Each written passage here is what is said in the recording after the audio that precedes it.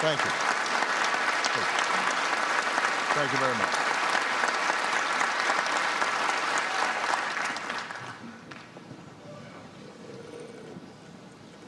Mr. President and Mrs. Bush,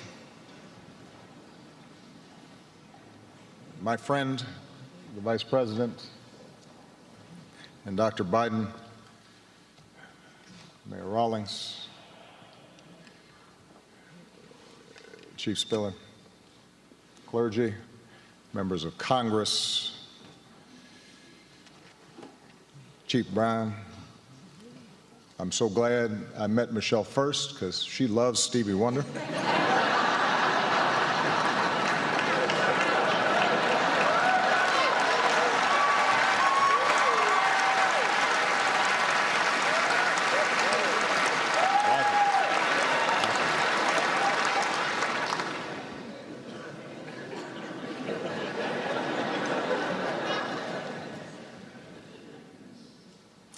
But most of all, to families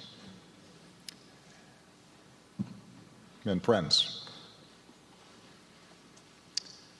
and colleagues and fellow officers. Scripture tells us that in our sufferings there is glory, because we know that suffering produces perseverance. Perseverance, character. And character, hope. Sometimes the truths of these words are hard to see. Right now, those words test us, because the people of Dallas, people across the country, are suffering. We're here to honor the memory and mourn the loss of 5 fellow Americans, to grieve with their loved ones, to support this community, to pray for the wounded, and to try and find some meaning amidst our sorrow. For the men and women who protect and serve the people of Dallas, last Thursday began like any other day. Like most Americans, each day you get up, probably have too quick a breakfast, kiss your family goodbye, and you head to work. But your work and the work of police officers across the country is like no other. For the moment you put on that uniform, you have answered a call that at any moment, even in the briefest interaction, may put your life in harm's way. Lauren Aarons, he answered that call. So did his wife, Katrina. Not only because she was the spouse of a police officer, but because she's a detective on the force. They have 2 kids, and Lauren took them fishing and used to proudly go to their school in uniform. And the night before he died, he bought dinner for a homeless man. And the next night, Katrina had to tell their children that their dad was gone. And they don't get it yet, their grandma said. They don't know what to do quite yet.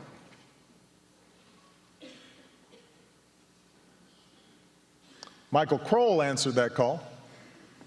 His mother said he knew the dangers of the job, but he never shied away from his duty. He came 1,000 miles from his home state of Michigan to be a cop in Dallas, telling his family, "This is something I wanted to do." And last year, he brought his girlfriend back to Detroit for Thanksgiving, and it was the last time he'd see his family.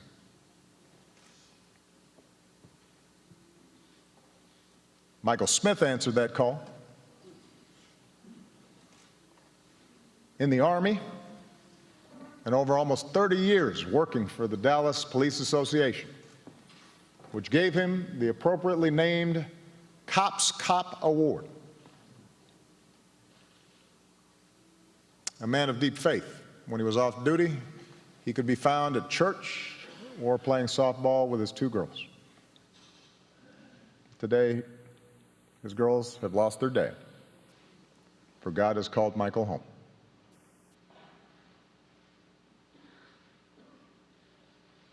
Patrick Zamaripa, he answered that call. Just 32, a former altar boy who served in the Navy and dreamed of being a cop. He liked to post videos of himself and his kids on social media. And on Thursday night, while Patrick went to work, his partner Christy posted a photo of her and their daughter at a Texas Rangers game and tagged her partner so that he could see it while on duty. Brent Thompson answered that call. He served his country as a Marine. And years later, as a contractor, he spent time in some of the most dangerous parts of Iraq and Afghanistan. And then a few years ago, he settled down here in Dallas for a new life of service as a transit cop.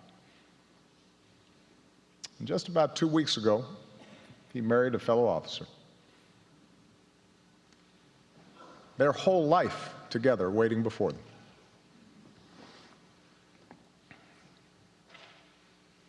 Like police officers across the country, these men and their families shared a commitment to something larger than themselves. They weren't looking for their names to be up in lights. They'd tell you the pay was decent, but wouldn't make you rich.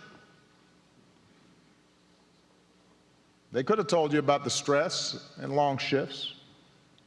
And they'd probably agree with Chief Brown when he said that cops don't expect to hear the words "thank you" very often, especially from those who need them the most.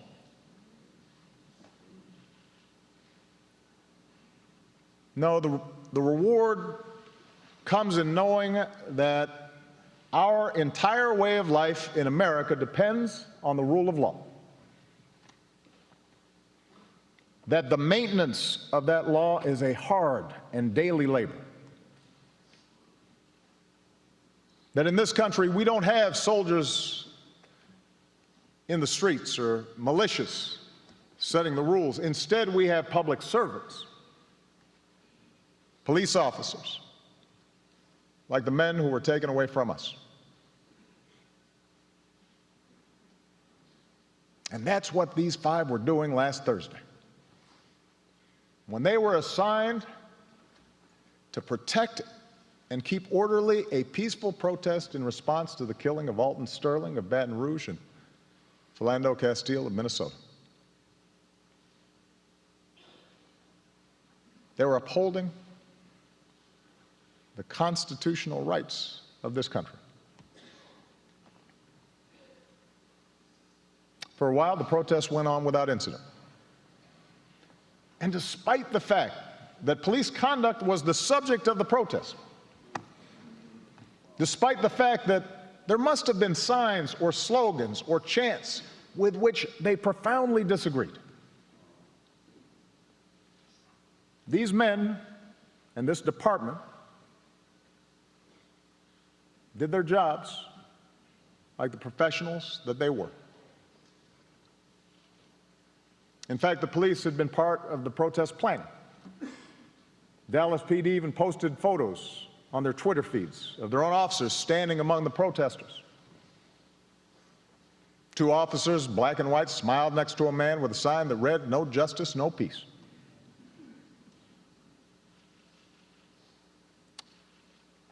And then around 9 o'clock, the gunfire came. Another community torn apart, more hearts broken,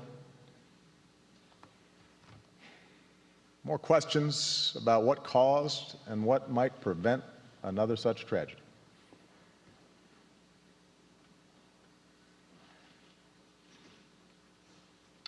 I know that Americans are struggling right now with what we've witnessed over the past week. First, the shootings in Minnesota and Baton Rouge, the protests, then the targeting of police by the shooter here. An act not just of demented violence, but of racial hatred. All of it's left us wounded and angry and hurt. It's as if the deepest fault lines of our democracy have suddenly been exposed, perhaps even widened. And although we know that such divisions are not new, though they've surely been worse in even the recent past, that offers us little comfort. Faced with this violence, we wonder if the divides of race in America can ever be bridged. We wonder if an African-American community that feels unfairly targeted by police and police departments that feel unfairly maligned for doing their jobs can ever understand each other's experience. We turn on the TV or surf the internet and we can watch positions harden and lines drawn, and people retreat to their respective corners. And politicians calculate how to grab attention or avoid the fallout. We see all this, and it's hard not to think sometimes that the center won't hold and that things might get worse. I understand. I understand how Americans are feeling. But Dallas, I'm here to say we must reject such despair. I'm here to insist that we are not as divided as we seem. And I know that because I know America. I know how far we've come against impossible odds.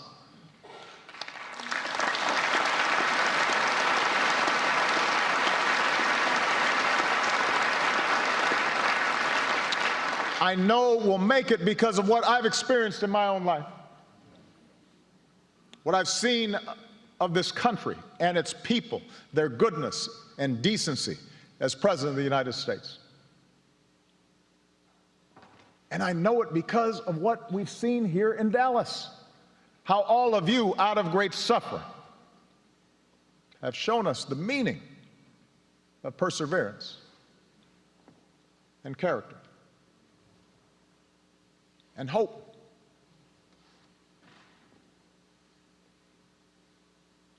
When the bullets started flying, the men and women of the Dallas police, they did not flinch and they did not react recklessly. They showed incredible restraint. Helped in some cases by protesters, they evacuated the injured, isolated the shooter, saved more lives than we will ever know.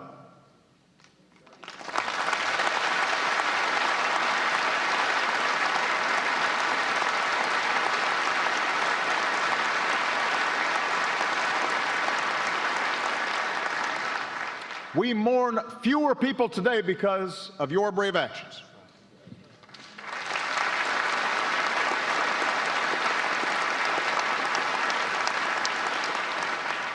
Everyone was helping each other, one witness said. It wasn't about black or white. Everyone was picking each other up and moving them away. See, that's the America I know.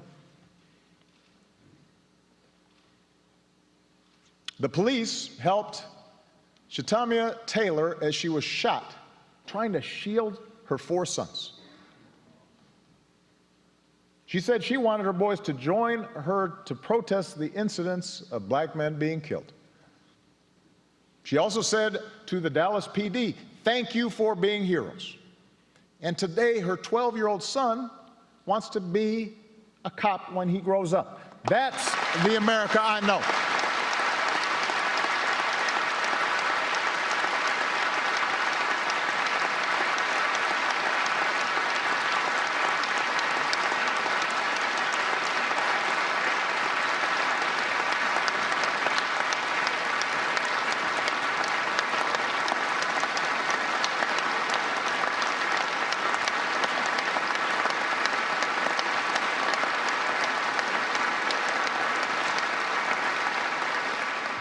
In the aftermath of the shooting, we've seen Mayor Rawlings and Chief Brown,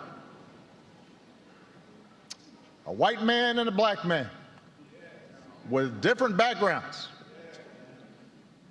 working not just to restore order and support a shaken city, a shaken department, but working together to unify a city with strength and grace and wisdom. And in the process, we've been reminded that the Dallas Police Department has been at the forefront of improving relations between police and the community. The murder rate here has fallen. Complaints of excessive force have been cut by 64%. The Dallas Police Department has been doing it the right way.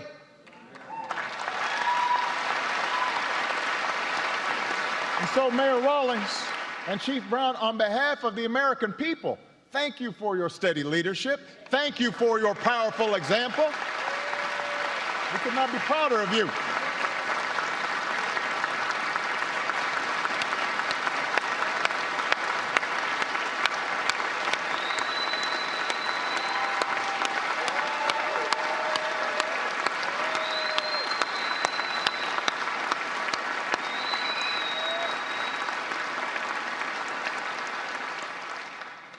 These men, this department, this is the America I know. And today in this audience, I see people who have protested on behalf of criminal justice reform, grieving alongside police officers. I see people who mourn for the 5 officers we lost, but also weep for the families of Alton Sterling and Philando Castile. In this audience, I see what's possible. I see what's possible when we recognize that we are one American family, all deserving of equal treatment, all deserving equal respect, all children of God. That's the America I know.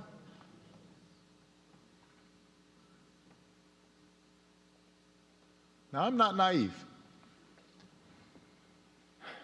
I have spoken at too many memorials during the course of this presidency. I've hugged too many families who've lost a loved one to senseless violence. And I've seen how a spirit of unity born of tragedy can gradually dissipate, overtaken by the return to business as usual, by inertia and old habits and expediency. I see how easily we slip back into our old notions because they're comfortable, we're used to them. I've seen how inadequate words can be in bringing about lasting change. I've seen how inadequate my own words have been. And so I'm reminded of a passage in John's Gospel. Let us love not with words or speech, but with actions and in truth. If we're to sustain the unity we need to get through these difficult times,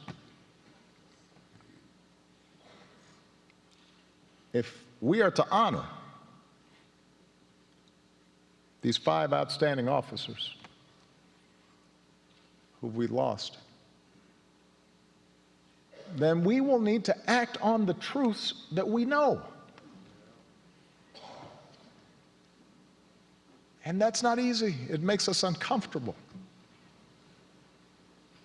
But we're going to have to be honest with each other and ourselves.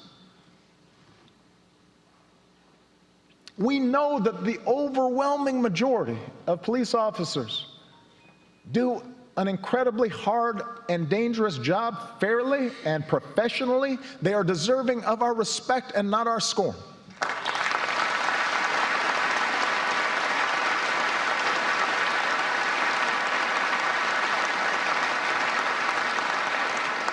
And when anyone, no matter how good their intentions may be, paints all police as biased or bigoted,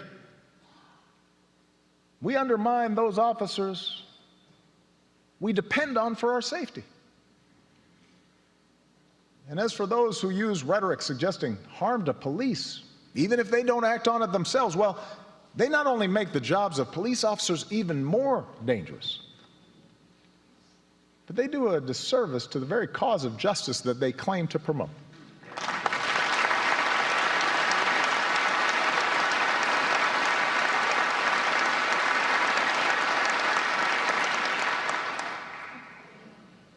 We also know that centuries of racial discrimination, of slavery and subjugation and Jim Crow, they didn't simply vanish with the end of lawful segregation. They didn't just stop when Dr. King made a speech or the Voting Rights Act and the Civil Rights Act were signed. Race relations have improved dramatically in my lifetime. Those who deny it are dishonoring the struggles that helped us achieve that progress. But we know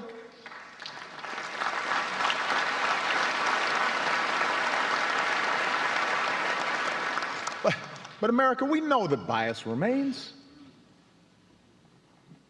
We know it. Whether you are black or white or Hispanic or Asian or Native American or of Middle Eastern descent, we have all seen this bigotry in our own lives at some point. We've heard it at times in our own homes. If we're honest, perhaps we've heard prejudice in our own heads and felt it in our own hearts. We know that. And while some suffer far more under racism's burden, some feel to a far greater extent discrimination's sting. Although most of us do our best to guard against it and teach our children better, none of us is entirely innocent. No institution is entirely immune. And that includes our police departments. We know this. And so when African Americans from all walks of life, from different communities across the country, voice a growing despair over what they perceive to be unequal treatment, when study after study shows that whites and people of color experience the criminal justice system differently, so that if you're black, you're more likely to be pulled over or searched or arrested, more likely to get longer sentences, more likely to get the death penalty for the same crime. When mothers and fathers raise their kids right and have the talk about how to respond if stopped by a police officer, yes sir, no sir, but still fear that something terrible may happen when their child walks out the door, still fear that kids being stupid and not quite doing things right might end in tragedy, when all this takes place more than 50 years after the passage of the Civil Rights Act, we cannot simply turn away and dismiss those in peaceful protest as troublemakers or paranoid.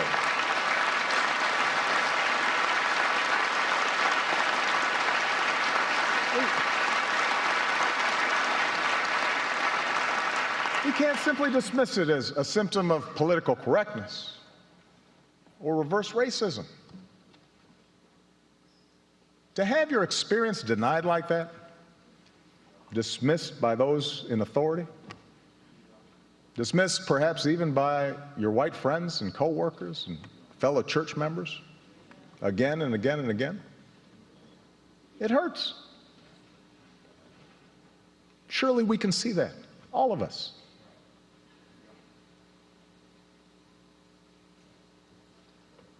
We also know what Chief Brown has said is true, that so much of the tensions between police departments and minority communities that they serve is because we ask the police to do too much and we ask too little of ourselves.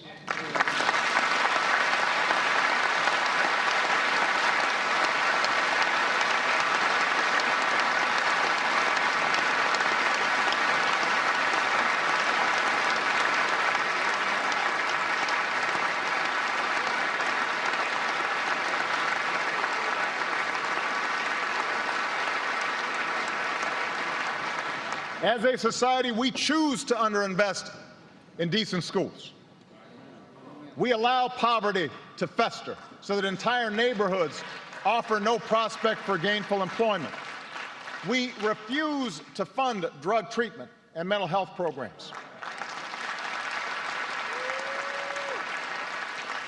We flood communities with so many guns that it is easier for a teenager to buy a Glock than get his hands on a computer or even a book.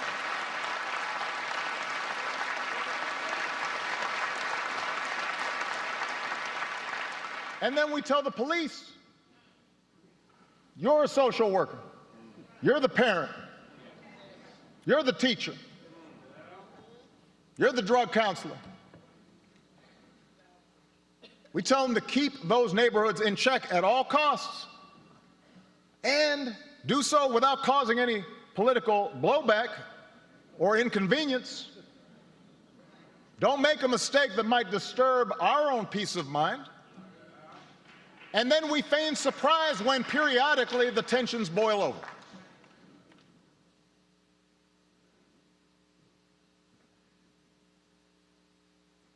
We know those things to be true. They've been true for a long time. We know it. Police, you know it.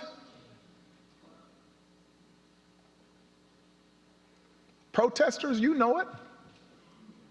You know how dangerous some of the communities where these police officers serve are.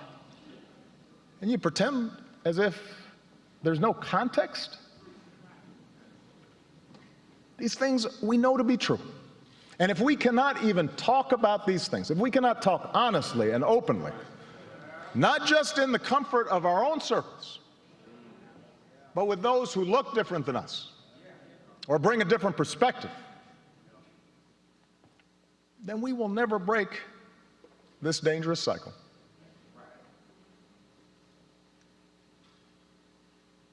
In the end, it's not about finding policies that work.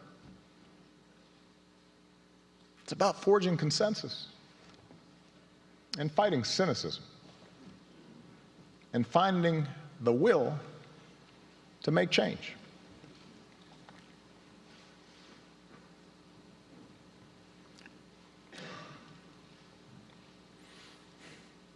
Can we do this? Can we find the character as Americans to open our hearts to each other? Can we see in each other a common humanity and a shared dignity and recognize how our different experiences have shaped us? And it doesn't make anybody perfectly good or perfectly bad.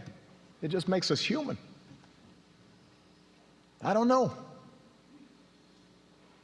I confess that sometimes I too experience doubt. I've been to too many of these things. I've seen too many families go through this. But then I am reminded of what the Lord tells Ezekiel. I will give you a new heart, the Lord says, and put a new spirit in you. I will remove from you your heart of stone and give you a heart of flesh.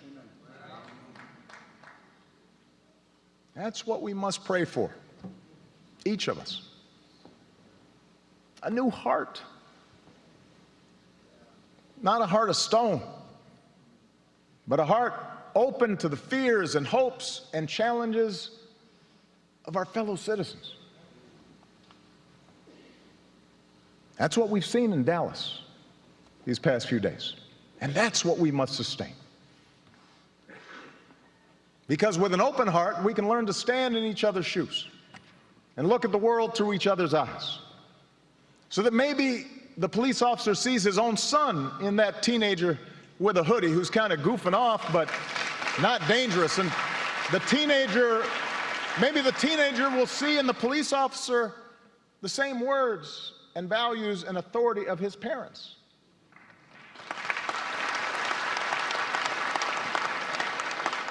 With an open heart, we can abandon the overheated rhetoric and the oversimplification that reduces whole categories of our fellow Americans, not just to opponents, but to enemies. With an open heart, those protesting for change will guard against reckless language going forward. Look at the model set by the 5 officers we mourn today. Acknowledge the progress brought about by the sincere efforts of police departments like this one in Dallas. And embark on the hard but necessary work of negotiation, the pursuit of reconciliation. With an open heart, police departments will acknowledge that just like the rest of us, they're not perfect. That insisting we do better to root out racial bias is not an attack on cops, but an effort to live up to our highest ideals.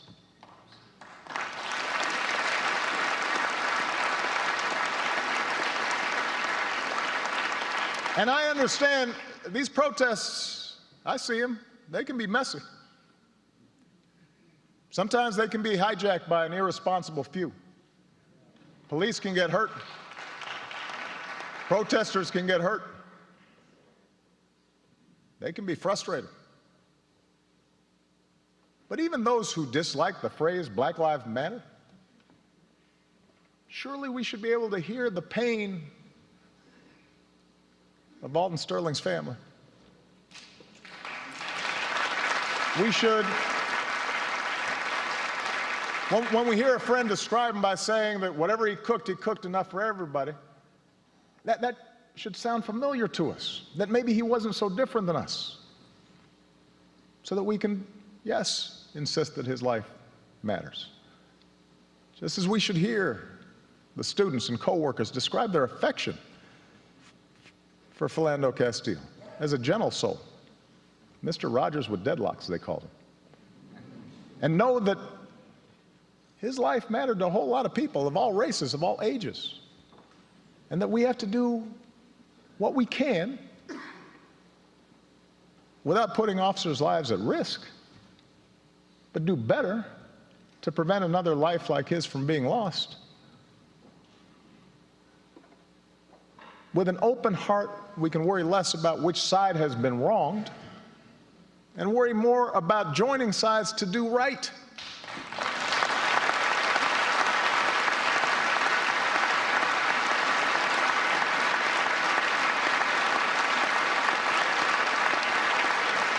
Because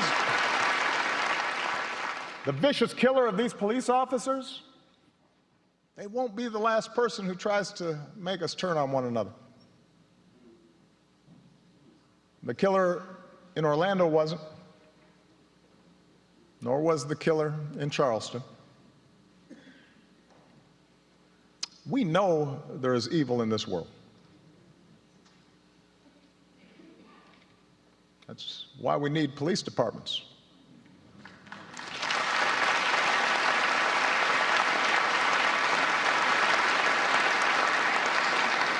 But as Americans, we can decide that people like this killer will ultimately fail. They will not drive us apart. We can decide to come together and make our country reflect the good inside us, the hopes and simple dreams we share.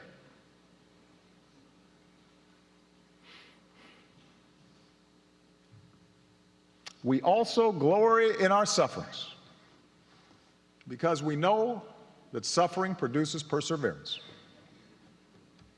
Perseverance, character,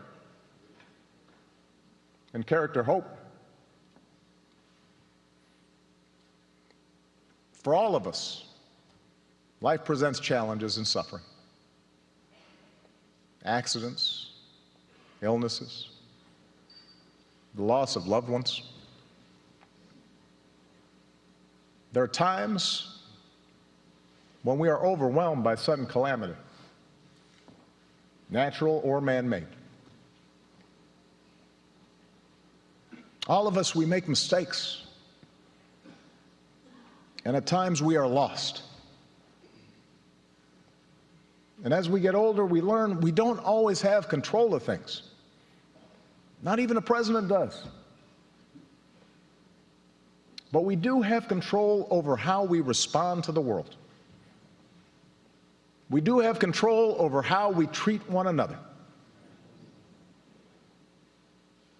America does not ask us to be perfect. Precisely because of our individual imperfections, our founders gave us institutions to guard against tyranny and ensure no one is above the law. A democracy that gives us the space to work through our differences and debate them peacefully, to make things better, even if it doesn't always happen as fast as we'd like. America gives us the capacity to change. But as the men we mourn today, these 5 heroes knew better than most. We cannot take the blessings of this nation for granted.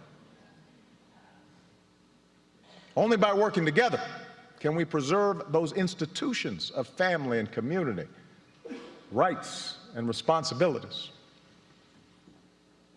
law and self-government that is the hallmark of this nation. For it turns out we do not persevere alone. Our character is not found in isolation. Hope does not arise by putting our fellow man down. It is found by lifting others up.